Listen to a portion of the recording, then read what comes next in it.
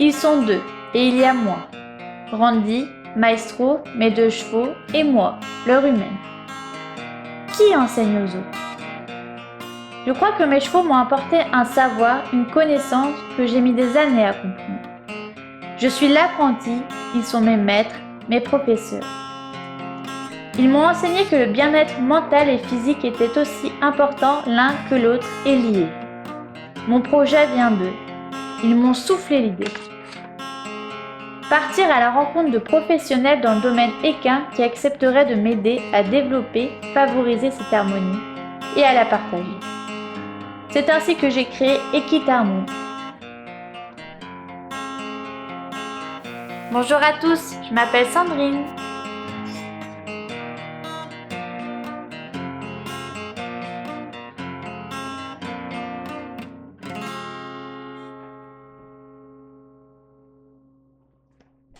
Bonjour, je m'appelle Florie Dardenne. Je me situe en Bretagne et je suis professionnelle du bead fitting. Le bead fitting, c'est l'équivalent de ce que le saddle fitting est pour la selle, reporté à tout le matériel qui va aller sur la tête du cheval. Donc on va travailler sur le mors, mais également sur le bridon. Ça peut être également sur la bride complète pour les cavaliers de dressage ou sur l'enazure pour les cavaliers qui montent sans mors. Et l'idée, ça va être de trouver parmi tout le matériel existant les combinaisons qui vont le mieux correspondre au cheval en fonction de son anatomie, de sa sensibilité et de l'équitation pratiquée par le cavalier.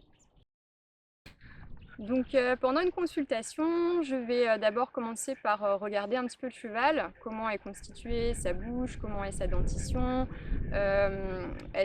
comment est sa musculature générale, comment il se tient. Et je regarde ensuite le cavalier le faire travailler en fait avec le matériel avec lequel ils ont l'habitude. Ça va me donner un certain nombre d'informations du coup sur les problèmes qui peuvent être rencontrés, comment le cheval fonctionne, comment la main du cavalier interagit avec la bouche de son cheval. Et à partir de là, moi j'ai du matériel avec moi que je vais faire tester au cavalier, donc je sélectionne déjà ce qui me paraît le plus pertinent et on va essayer de changer un élément à la fois. Ça peut être d'abord tester différents morts et puis ensuite adapter éventuellement certaines parties ou la totalité du bridon pour voir ce avec quoi le cheval va être le plus à l'aise, avec lequel il va montrer le plus de signes de décontraction, avec lequel les actions vont être le plus facile à faire, le plus agréable pour les deux. Et l'idée, voilà, c'est de trouver un matériel qui convienne vraiment au couple à l'instant où ils en sont pour leur permettre d'évoluer le mieux possible.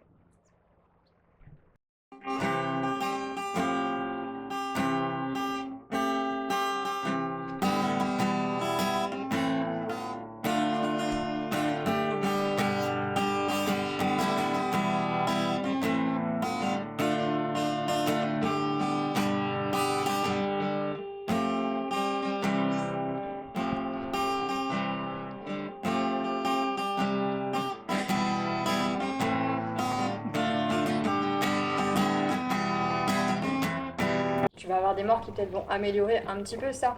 Si tu veux. Maintenant, c'est pas le mort, faut pas faire que ton cheval va devenir souple du jour au Non, lendemain. mais je veux dire, pour mais le on choix, va chercher. l'assurance, quand on cherche du coup aux INR, ça va nous biaiser le truc, quoi. La recherche du. Non. Bah non, tu vois, en fait, on va chercher. Les problèmes que tu rencontres, tu les rencontreras toujours. Maintenant, ce qui nous intéresse dans le choix du mort, c'est quand tu vas me dire, ah bah celui-là, tiens, quand je demande ça, il est un peu plus léger qu'avec l'autre. Là, c'est un peu plus. Tu vois, ça c'est plus facile quand je demande ça. Il y en a qui c'est plus difficile. Ouais. Voilà. En gros, ça va être ça, quoi. Là, on n'est pas un cheval qui est en défense. Tu vois, il y a des chevaux, des fois, tu leur mets le mort, même en statique, ils sont en défense dessus. Donc là, on va vraiment chercher un cheval qui se stabilise, qui se pose. Lui, on n'a pas du tout ça, on n'a pas d'interaction compliquée avec la main, mais on va être en recherche davantage de stabilité. Ce que je voyais au début, c'est un cheval qui cherche un peu son attitude, qui a du mal à venir se poser sur la main. Et donc là, les trois, entre le tien et les deux qu'on a essayé, voilà, c'était le troisième pour moi qui amenait le plus ça. C'est pour ça que je m'oriente du coup dans cette direction-là qui nous donne pour essayer de retrouver ça, en essayant de faire en sorte que tu aies un peu plus de retour toi au niveau de ta main, ce qui manquait avec celui-ci. Ton mort, oui, à la fin. Au milieu, ouais, d'accord. Pour avoir la comparaison, mais là on va pas attendre une heure tu vois avec ce mort là pour faire le reste. Non mais ok, je sais pas faire. Et du coup avec l'autre mort que tu avais mis qui ne convenait pas, c'était pire que ça? Ouais. C'était sur ce paramètre là que ça se jouait? Ouais, là il le mord vraiment, et avec l'autre c'était tout le temps. Ouais, ok. Et après je suis pas capable de dire si ça vient derrière d'abord. Il y a des choses qui viennent de là. Parce Ça qu'il peut avance noter aussi, tout ça, en c'est fait. qu'il porte sa queue à gauche. Oui. C'est signe qu'on a un truc au niveau des vertèbres qui D'accord. est décalé quelque part. Donc on n'aura pas, c'est sûr, un cheval parfait aujourd'hui parce que je pense qu'il y a des choses qui viennent de là. Donc c'est très bien qu'il y ait le rendez-vous ostéo programmé. Au niveau du filet, alors il y a un point qui va être important sur le filet, ça va être la tétière. Ça va être une des pièces les plus importantes à ajuster. Donc on voit beaucoup de filets maintenant qui ont une tétière, ce qu'on appelle anatomique, c'est-à-dire comme sur ce filet-ci, on va avoir une découpe au niveau des oreilles. Donc dès lors que vous avez une découpe comme ceci, des fois elles sont plus prononcées, et il faut que le trou, en fait le creux corresponde à la place où sont les oreilles. Si vous avez des petits renforts de cuir comme ça qui arrivent dans la zone ici où il y a du cartilage, où il y a toute la petite peau un petit peu sensible, ça va pas aller. Voilà. Et au niveau taille, il faut que vous puissiez aisément passer une main ici. Si vous ne pouvez pas passer la main, c'est que de toute façon, votre filet va être trop serré sur la tête de votre cheval. Voilà, donc les tétières anatomiques, c'est pas forcément pour tous les chevaux. Il y a des chevaux, la plupart des chevaux vont être bien avec une tétière droite. Ça dépend vraiment en fait de la configuration de leur musculature au niveau de toute la zone de la nuque, de comment toute cette zone-là va être faite. Il y en a pour qui ça va être intéressant vraiment de pouvoir venir dégager toute cette zone-là au niveau des oreilles. Et du coup, là, on peut partir sur ce genre de coupe. Mais voilà, il faut que ça corresponde à l'anatomie de votre cheval, qui n'est pas forcément celle du modèle sur lequel a été découpée la pièce de cuir. Une partie du filet qui peut venir tout vous déséquilibrer, y compris rabattre votre tétière au niveau des oreilles, ça va être le frontal. Il y a beaucoup de filets vendus dans le commerce où les frontaux sont trop petits et du coup ça va venir complètement rabattre l'ensemble là au niveau des oreilles et compresser toute cette zone-là. Donc ça, il faut s'assurer que le frontal soit suffisamment grand pour pas être compressé ici et rabattre pas l'ensemble de votre filet contre les oreilles. Un frontal, ça peut vraiment vous déséquilibrer tout un filet qui à la base convenait bien. Si museroll il y a, alors on conseille en général la taille des deux doigts en dessous de l'apophyse zygomatique. Ça peut être une donnée qui peut être variable en fonction de la tête des chevaux. C'est-à-dire qu'il y a des chevaux qui des fois ont une tête très courte ou au contraire une tête très longue. Voilà, des fois on voudra rajouter un doigt en plus ou des fois en enlever un. Et certains chevaux vont être à l'aise avec la museroll réglée un petit peu haut et d'autres moins. Voilà.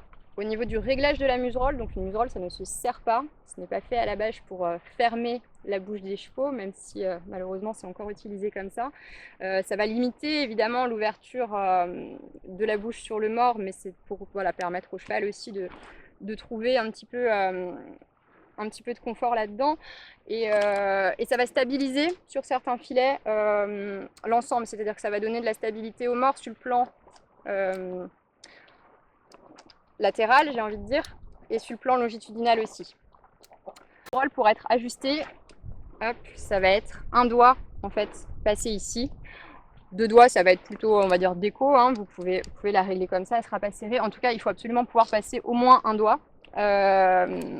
Sinon, c'est que votre museroll est trop serré. Du coup, votre cheval, de toute façon, ne pourra pas relâcher sa mâchoire sur le mors, ne pourra pas bien respirer, il ne va pas être bien. Voilà. Par rapport à la place du mors, donc on a l'habitude d'entendre dans les manuels qu'il faut un pli ou deux plis au niveau de la commissure des lèvres. On ne voit pas bien sur ce mors-là parce que c'est un mors à ailette. En réalité, c'est une donnée qui est variable aussi parce que tous les chevaux n'ont pas la même distance entre la première prémolaire et la commissure des lèvres. Donc en fonction de s'il y a beaucoup de distance entre les deux, forcément on aura davantage de plis, ça peut même aller jusqu'à 3 chez certains chevaux. Si au contraire il y a très peu de distance à ce niveau-là, on peut même avoir aucun pli et le mors sera à sa place. Le mors, en fait, on veut qu'il soit... Alors, chez un mâle, on veut évidemment pas qu'il soit réglé. Il ne faut pas qu'il puisse toucher les canines. Hop, donc les canines, ce sont les dents qu'ont les mâles et certaines juments qui sont dites bréhennes qui se trouvent ici. Normalement, les juments n'en ont pas, mais certains exceptionnellement en ont. Donc, le mors ne doit jamais venir taper en fait dans les canines. Voilà. Et à l'inverse, on veut qu'il soit... On veut qu'il soit pas trop loin, moi je mets à peu près la taille d'un pouce en fait, entre l'arrière en fait du canon du mors et la première prémolaire, mais il ne faut pas que ça touche les dents non plus. Et ce réglage là je vous dis ça, il faut que ce soit quand les rênes sont tendues, c'est-à-dire que même quand les rênes sont tendues, que le mors est au contact, on veut encore pouvoir passer un pouce entre l'arrière du canon du mors et la première prémolaire des chevaux. Donc pour vérifier ça, pour faire attention à ne pas se faire croquer un doigt, la manip à faire c'est de glisser son doigt ici, le coller en haut contre le palais. Je pense que vous n'avez pas grand chose parce que ça se passe à l'intérieur, mais voilà, vous gardez votre doigt plaqué sur le palais comme ça et vous allez remonter vers l'arrière jusqu'à rencontrer la première prémolaire, mais surtout vous ne décollez pas votre doigt du palais parce que sinon vous allez perdre un doigt en route. Voilà, je vous parle d'expérience. Au niveau de la largeur du mors, il y a quelques petites règles aussi à respecter. Donc ça dépend un petit peu de comment de ce que vous avez comme mort. Ici on est sur un mort chantilly dit à anneaux libres, donc les anneaux peuvent bouger comme ceci. Ce type de mort là, on veut qu'il reste 5 mm de chaque côté de la bouche du cheval pour justement donner de la mobilité. Donc celui-là, comme je disais, il est un peu particulier, c'est un mort à ailettes, donc il a un petit peu un effet fixe, donc ces petites ailettes elles sont plaquées contre la bouche. Mais si vous ne les avez pas, voilà, on veut que le mort dépasse de 5 mm de chaque côté. Et par contre, tout ce qui va être des morts à canon, à anneaux fixes, je veux dire, donc tout ce qui va être mort à aiguille, mort à levier, etc., mort verdun aussi. Là, par contre, on va vouloir que ce soit vraiment très stable dans la bouche du cheval, donc on va vouloir que ce soit vraiment encadrant, donc on ne va pas laisser de marge en fait de chaque côté. Il ne faut pas non plus que ça vienne compresser la bouche de votre cheval, mais voilà, on ne gardera pas cette latitude en fait autour. Il faut savoir aussi qu'il y a des chevaux qui ont beaucoup de matière à l'intérieur au niveau des muqueuses, là, à l'intérieur, en dessous de la commissure. Il y a des chevaux qui vont avoir beaucoup des muqueuses assez développées. Ces chevaux-là, on va vouloir que ces muqueuses, elles aient la place en fait de venir s'étaler sur le mors. Donc on ne va pas choisir un mors qui va être trop petit, sans aller prendre de taille au-dessous non plus, mais voilà, c'est un élément à prendre en compte pour pas que le cheval soit gêné et qu'il n'y ait pas de blessure causée à cause des frottements des muqueuses avec le mors.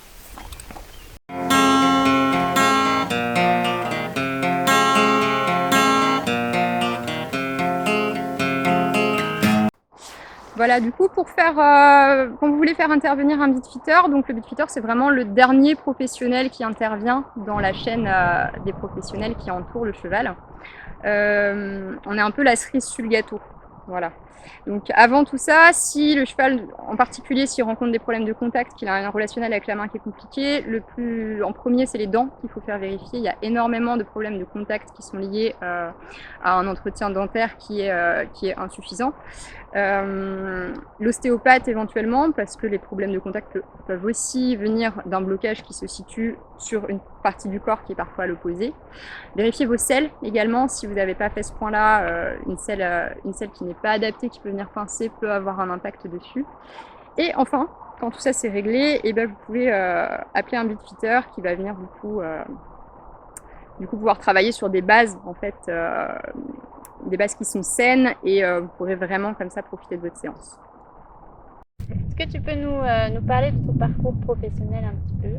Comment tu en es arrivée là? Je suis enseignante d'équitation depuis 10 ans maintenant. Ouais. Donc pour moi ça a été une vocation. J'ai commencé à monter à cheval à l'âge de 10 ans et je crois que j'ai toujours eu envie d'enseigner. Donc ça a commencé par mon parcours au lycée. En fait, je suis partie dans un lycée équestre où on avait des chevaux sur le lycée, donc c'était top. Avec une option équitation du coup au bac. Et derrière, j'ai enchaîné sur un ATE. Donc ça a été 10 mois de formation en Bourgogne où je me suis formée du coup au métier de l'équitation d'extérieur à cheval et en attelage aussi. Ah oui, en attelage. En attelage, ouais. Du coup, tu peux débourrer des chevaux en attelage. Alors non. Mais tu peux sortir en attelage là avec des chevaux qui sont déjà... Je peux sortir en attelage avec des chevaux qui sont déjà mis. D'accord. Ça a été assez dense le contenu en 8 mois. On a attelé en simple, on a attelé en paire, en tandem, en tridem, Ah ouais. à 4, à 6. On a fait du débourrage, on a fait du marathon, on a fait de l'extérieur, on a fait la prise de dressage. Donc je ne maîtrise pas pleinement la discipline, mais en 8 mois, je crois que j'ai vu une grosse partie de tout ce qui pouvait se faire en la matière. Ouais. Donc voilà. Avec ça, j'ai fait pas mal de saisons du coup un petit peu partout en France pour emmener les randos. C'est quelque chose qui me plaît beaucoup, l'équitation d'extérieur. Et derrière, j'ai enchaîné sur 3 ans du coup de préparation au monitorat où je me suis mis au niveau technique à cheval et aussi en pédagogie puisque j'ai passé un diplôme qui me permettait de donner des cours aux enfants. Donc voilà, j'ai fait mes gammes comme ça, on va dire, pour enchaîner ensuite sur un BPGEPS en 2010. Voilà, qui a été une année assez dense avec pas mal de contenu. J'ai eu la chance de tomber sur un bon centre de formation. C'est important ça. c'est important. Donc voilà, une formation qui s'est faite du coup sur 5 ans. Et pourtant derrière, voilà, il y a eu quand même des déconvenues par rapport à la réalité de terrain du début de métier d'enseignant. Ça ressemblait pas vraiment à ce que j'avais espéré et je me sentais pas non plus au niveau que pour moi devait avoir un moniteur et aux compétences pédagogiques, voilà, et puis du cavalier aussi.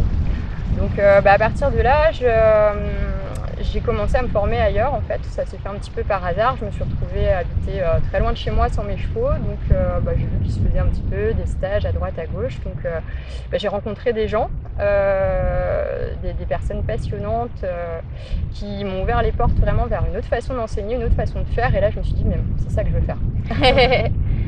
D'accord. Donc voilà, je suis rentrée en Bretagne et j'ai continué sur cette lancée. Donc je suis allée me former auprès de plein de professionnels, un petit peu de tous horizons, en fonction de centres d'intérêt du moment, j'ai envie de dire. Et voilà, j'ai étoffé comme ça un petit peu mon bagage pour commencer à enseigner autrement que ce que je faisais en centre équestre. Du coup, maintenant, je suis en indépendante depuis 5 ans. Voilà, donc je fais quasiment que du cours particulier avec une clientèle principalement ado, adulte.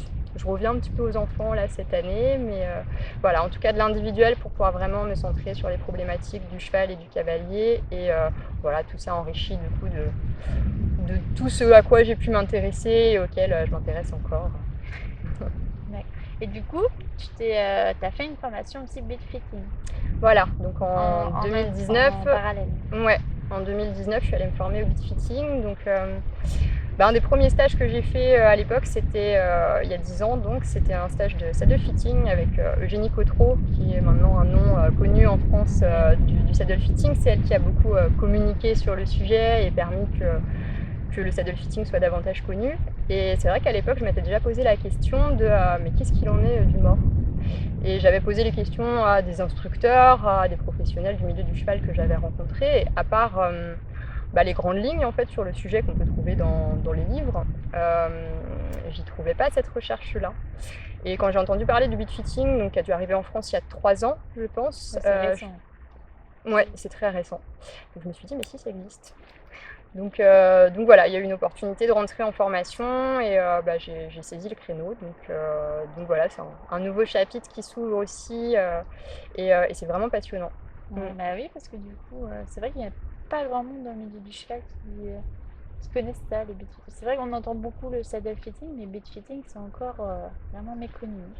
Comme le saddle fitting, je pense que ça va faire son chemin. Au début, il y a 10 ans, personne ne connaissait non plus. Et puis maintenant, c'est en passe de devenir un professionnel qu'on appelle couramment pour son cheval. Donc la différence, c'est qu'en saddle fitting, je pense les chevaux, surtout nos chevaux qui vivent au pré, ont tendance à bouger pas mal. Donc on peut faire revenir le professionnel, normalement c'est une fois par an pour faire vérifier sa selle.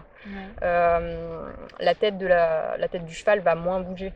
Donc normalement le beat fitter on le fait venir une fois.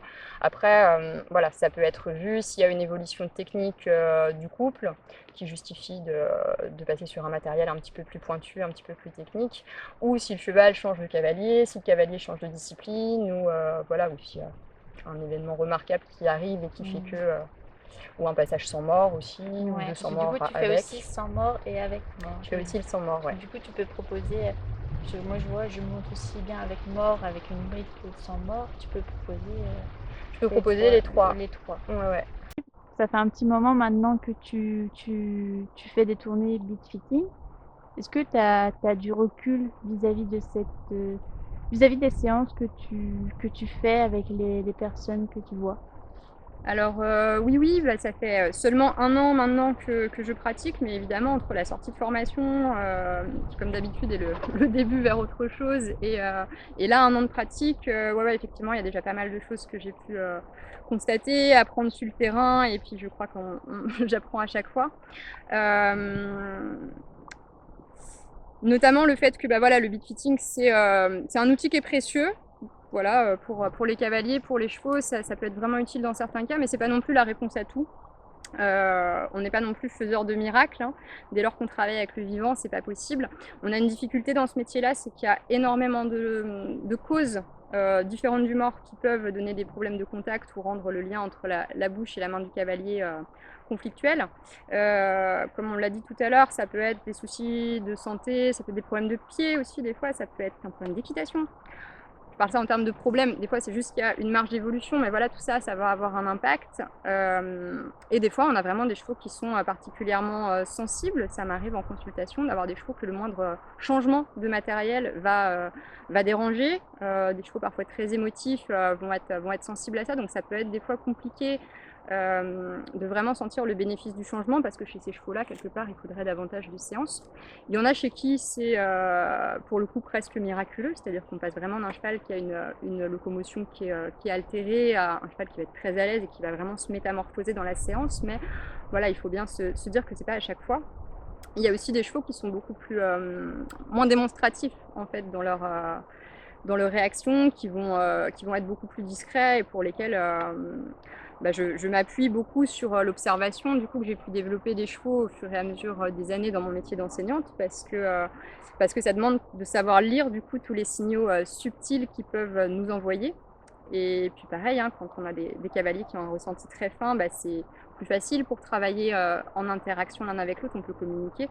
Quelquefois, j'ai aussi des cavaliers qui vont avoir peut-être moins de feeling, moins d'expérience en fait dans leurs mains, qui vont avoir plus de mal à restituer ce qu'ils ressentent. Et du coup, ça demande vraiment une lecture du couple assez fine, et puis pas mal de pédagogie, ouais. Merci Florie pour avoir accepté cette interview. Avec plaisir. Merci à tous d'avoir regardé cette vidéo. N'hésitez pas à vous abonner à ma chaîne YouTube Equitarmonie, la fusion de l'homme et du cheval. Il est possible de voir cette vidéo en version intégrale. C'est sur mon blog privé www.patreon.com/Equitarmonie. À très bientôt!